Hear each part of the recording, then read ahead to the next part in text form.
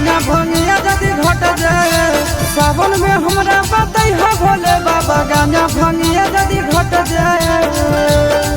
गोरखी के बियाह कट जाए चढ़ल तिलक लट जाए गोरखी के बियाह कट जाए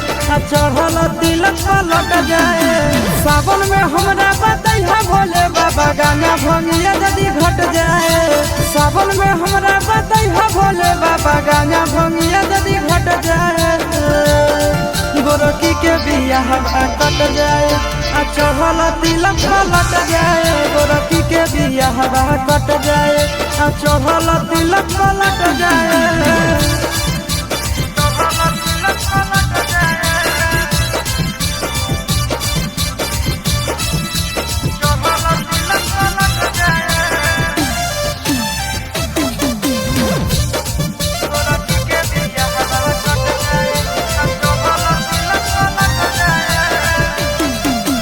चेला के अकेला छोड़ा दिलक भोला जी सावन चढ़ते मोरा दिलक छोड़ा दिलक भोला जी तोरा चेला के अकेला छोड़ा दिलक भोला जी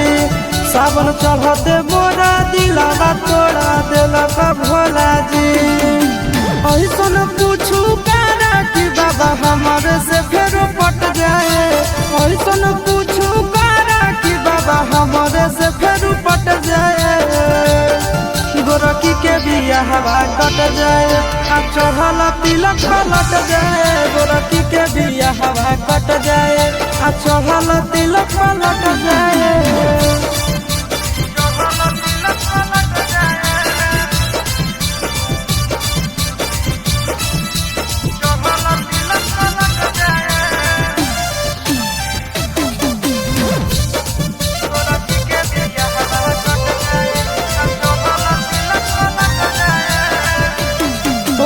गाँव में हम गाना दिल भर पिया हो